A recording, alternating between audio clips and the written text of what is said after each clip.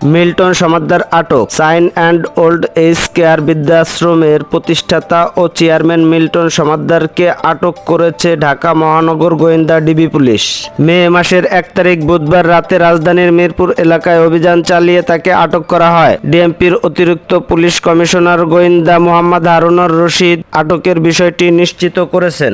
মাকে দেখে না এমন সন্তান চায় না, মিল্টন সমাদ্দারের বিরুদ্ধে পুলিশি ব্যবস্থা চায় মানবাধিকার কমিশন। তিনি বলেন, মানবাধিকার ফেরিওয়ালার মুখোশের আড়ালে ভয়ঙ্কর সব প্রতারণার অভিযোগ উঠেছে। সামাজিক যোগাযোগ মাধ্যমের পরিচিতি মুখ মিল্টন সমাদ্দারের বিরুদ্ধে, এমনকি অসহায় মানুষের নামে সংগ্রহ করা অর্থ আত্মসাৎ এবং তাদের কিডনি সহ অঙ্গ প্রত্যঙ্গ চুরির মতো গা শিউরে ওঠা অভিযোগও রয়েছে। এসব অভিযোগের ভিত্তিতে তাকে আটক করা হয়েছে।